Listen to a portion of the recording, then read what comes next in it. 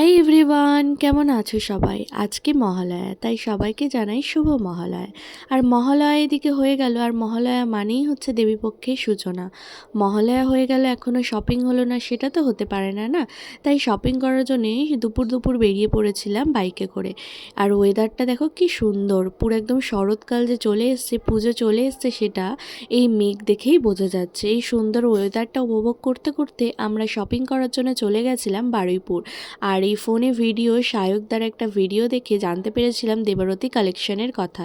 সেখানকার কালেকশন নাকি খুব ভালো, তাই আমরা চলে গেছিলাম বারুইপুরে। আর যেহেতু দোকানটা ছিল বারুইপুরে, ফ্লাইওভারের একদম কাছেই, তো এই যে দেবারতী কালেকশন, এখান থেকে আমি প্রচুর শপিং করেছি আর আমার খুবই ভালো লেগেছে। আবারও যাব দিদির এখানে, কালেকশন জাস্ট ওয়াও। আমি এখান থেকে 3-4টে জামা নিয়েছি। তারপর আমরা চলে গেছিলাম জিফা ইন্টারন্যাশনালে, এখান থেকে কিছু শাড়ি কিনেছিল। এই ছিল শপিং। পরের ভিডিও খুব তাড়াতাড়ি আসছে। বাই।